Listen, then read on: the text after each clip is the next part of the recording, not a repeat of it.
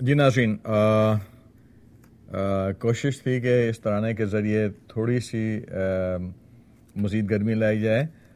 یہ میں بار بار اس لیے کہہ رہا ہوں کہ ہم نے تھوڑا سا اس شو میں بیسیکلی ہم کر کیا رہے ہیں. میری کوشش ہے کہ میں آپ کو صرف ایک آئیڈیا دے سکوں کہ ہم کس طرف جائیں گے اور آنے والے شوز میں آپ کے ساتھ کیا بات کریں گے. بیسیکلی مجھے یہ کہنا ہوا بھی اچھا نہیں لگتا کہ یہ کوئی شو ہے. یہ شو نہیں ہے، کوئی چینل پہ بیٹھ کے کوئی باتیں نہیں ہو رہی.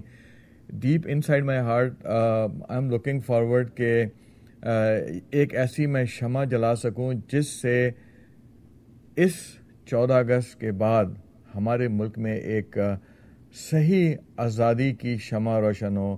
میرے ملک کے وہ لوگ جو اس میں رہتے ہیں، جو آج رہتے ہیں اور جو انشاءاللہ آنے والے صدیوں تک اس میں رہیں گے، ان کے لیے واقعی آزادی کی ایک کرن جو ہے وہ جلائی جا سکے. یہ میری خواہش ہے، یہ میری دعا ہے، یہ میری تمنا ہے، اور اسی لیے میں سب کچھ کر رہا ہوں. تو مجھے نہیں سمجھ آتا کہ میں اس کو شو کہوں، ٹی وی کا ایک پروگرام کہوں، ایک کوشش کہوں، یا کیا کہوں. یہ آپ سب لوگوں پر ہے جو دیکھنے والے ہیں، جو اگر دیکھیں اور ان کو اچھا لگے، ان کے دل میں اللہ تعالیٰ شاید اس جگہ سے کہتے ہیں نا کہ وہ جب اللہ تعالیٰ نے کچھ کرنا ہوتا ہے تو اس کے لیے کوئی بہت بڑی کسی میجک کی ضرورت نہیں ہوتی. اللہ تعالیٰ کن کہتے ہیں اور ہو جاتا ہے. مجھے امید ہے، میری خواہش ہے، میرا ارمان ہے کہ اللہ کرے کہ یہ اس چھوٹی سی کوشش سے، چھوٹی سی ان چند گھسی پٹی اور ایک عام سی ایک چھوٹے سے کیمرے کے سامنے بیٹھ کے یہ بات جو ہے، میری خواہش ہے کہ اللہ تعالیٰ اس چھوٹی سی کوشش سے ایک بڑا انقلاب لے آئیں. بہرحال میں نے ابھی تک آپ کو تھوڑا سا ایک سمری دی کہ کیسے انگریز آئے، کیسے انہوں نے کیا کیا، چھوٹا سا ایک بالکل. اس میں کوئی، یہ تو میرا خیال ہے بچوں کو بھی اس سے زیادہ شاید پتہ ہوگا، لیکن بہرحال ہم بہت ساری چیزیں ہم بھول جاتے ہیں. تو میں نے ایک چھوٹا سا ریوائیو کیا. اب ہوا کیا کہ پاکستان بن گیا اور قائد اعظم اس کے گورنر جنرل بھی بن گئے، اور انفارچونیٹلی 48 میں قائد اعظم کا انتقال بھی ہو گیا.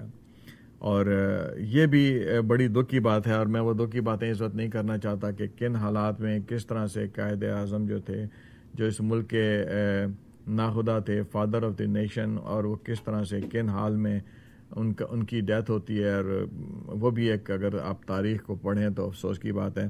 لیکن اس وقت میرا اس سے بڑا مقصد ہے، اور مقصد یہ ہے کہ جو اس وقت جن لوگوں نے قربانیاں دی تھیں 14 اگست کی آزادی کی صبح تک اور اس کے بعد، اور اس آزادی کے اندر صرف مسلمان ہی شامل نہیں تھے. I am not a selfish person. For me humanity is first. Reality یہ ہے کہ اس وطن کی آزادی میں جتنا مسلمانوں کی کنٹریبیوشن ہے، اتنی ہی کنٹریبیوشن ہندوؤں کی، سکھوں کی بھی ہے، اور تمام لوگوں کی جو اس سب کانٹیننٹ میں رہتے تھے. سب نے قربانیاں دی ہیں. جیسے میں نے بتایا کہ جلیانوالہ باغ میں 1,500 کے قریب سکھ جو تھے مارے گئے تھے. یہ تو ایک واقعہ ہے. لیکن بہرحال تو یہ کہنا غلط ہوگا کہ صرف پاکستان میں آنے والے یا پاکستان میں آ کے بسنے والے مسلمان ہی قربانی دے کے آئے تھے. اس وقت اور اس وقت سے پہلے اور اس وقت کے بعد جن لوگوں نے قربانیاں دی اور آج تک قربانی دیتے چلے آ رہے ہیں، اس میں سارے مذاہب کے لوگ شامل ہیں. تمام وہ لوگ جو اس خطے میں رہتے ہیں وہ اس میں افیکٹڈ ہیں.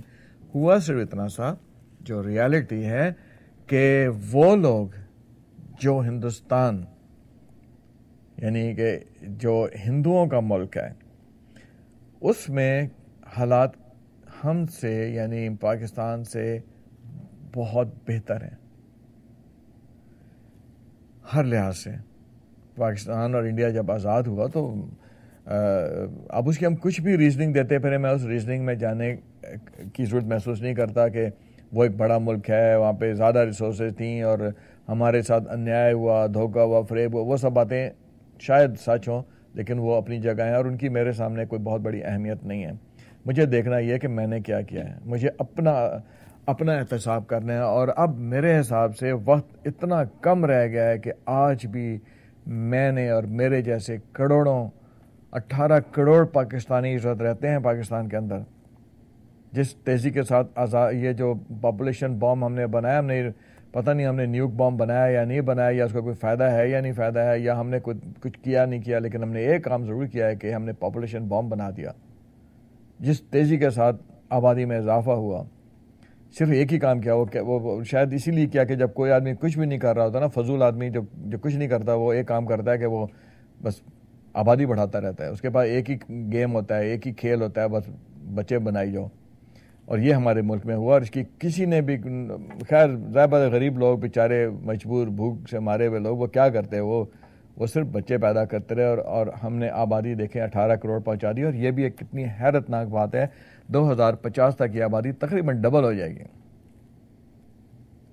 یعنی اگلے آنے والے 40 سالوں میں 50 سالوں میں پاکستان کی آبادی ڈبل ہو جائے گی اگر یہ اسی رفتار سے بڑھتے رہی۔ تو یہ تو بائی اٹ سیلف ایک تباہی کی بات ہے، لیکن وہ ہم 50 سال کی بات کر رہے ہیں۔ دیکھیں اس وقت گراؤنڈ ریالٹیز کی میں بات کروں گا، اور میں صرف چاہوں گا کہ اگر میں کہیں کوئی بات غلط کہہ دوں، جو تاریخ کے لحاظ سے غلط ہو یا ہسٹری کے حساب سے غلط ہو، یا اس سے کسی کو پرسنل کوئی دکھ ہو، تو میں پہلے میں بتا دوں کہ میری انٹینشن نہ تو کسی ذات کو مخاطب کرنے کی ہے، نہ کسی ایجنسی کی مجھے بات کرنے کی ضرورت ہے۔ میں تو اپنی اور اپنے دیش میں رہنے والے پاکستانیوں کی بھلائی کے لیے کچھ کہہ رہا ہوں، اس کو پرسنل لینے کی ضرورت نہیں ہے۔ ہاں اس میں اگر کوئی مجھے انگریزی کی یا گرامر کی، جو کہ میں سمجھتا ہوں ارسپیکٹیو ہے، جتنے بڑی بات میں کر رہا ہوں اس کے سامنے یہ بات کہ میرے الفاظ صحیح نہیں تھے، میری سلیکشن آف ورڈ اچھی نہیں تھی، یہ ساری فضول باتیں ہیں، اس کا ٹائم اب گزر چکا۔ کم از کم 63 سال کے بعد جہاں پہ ہم کھڑے ہیں یہاں پر اب ان سب باتوں کی کوئی اہمیت نہیں ہے۔ پاکستان ہے، اور اگر اس طرح ہے کہ جہاں پر آج وہ سب کچھ ہونا چاہیے جس کے لیے لاکھوں لوگوں نے قربانیاں دیں، تو میں پھر سمجھوں گا کہ وہ اچھی بات ہے۔ لیکن اگر میرے دیش میں اگر اب اس کے بسنے والے میجورٹی جو ہے وہ بیچارے اچھے حالات میں نہ ہوں، تو میں نہیں سمجھتا کہ کوئی گرامر دیکھنے کی ضرورت ہے، کوئی میرے کالر دیکھے، میرے بال دیکھے، میری ٹائی، میرا کپ، میرا سیٹ، میری باتیں، یہ سب فضول ہیں، ان سب کا کوئی فائدہ نہیں ہے۔ بہرحال ہم بات کرنے جا رہے ہیں کہ جب پاکستان آزاد ہو گیا تو ہوا کیا۔ ایک طرف تو مائیگریشن ہوئی، یعنی اس سے پہلے جو قربانیاں لوگوں نے دیں اور جتنے لوگ مارے گئے، خون خرابہ ہوا، بلڈ شیڈ ہوا، یہ انسان تھے جنہوں نے پاکستان بننے کے لیے قربانیاں دیں۔ بہرحال وطن آزاد ہوا، اور اللہ بھلا کرے چودھری رحمت علی کا، انہوں نے ہمیں ایک پیارا سا نام بھی دے دیا جو پاکستان ہے، یہ ان کی ذہن کی پیداوار، اور بہت اچھی پیداوار، اتنا خوبصورت نام کہ جتنا بھی اس پہ فخر کیا جائے وہ کم ہے۔ بہرحال salute to Chaudhry Rehmat Ali for giving us such a nice name۔ اب اس نام اور اس جھنڈے کے نیچے بسنے والوں کے ساتھ کہانی کیا شروع ہوئی؟ کیا یہ جو لاکھوں لوگ مائیگریشن کے دور پہ، اچھا ایک اور بد نصیبی کی بات یہ ہے کہ ہم نے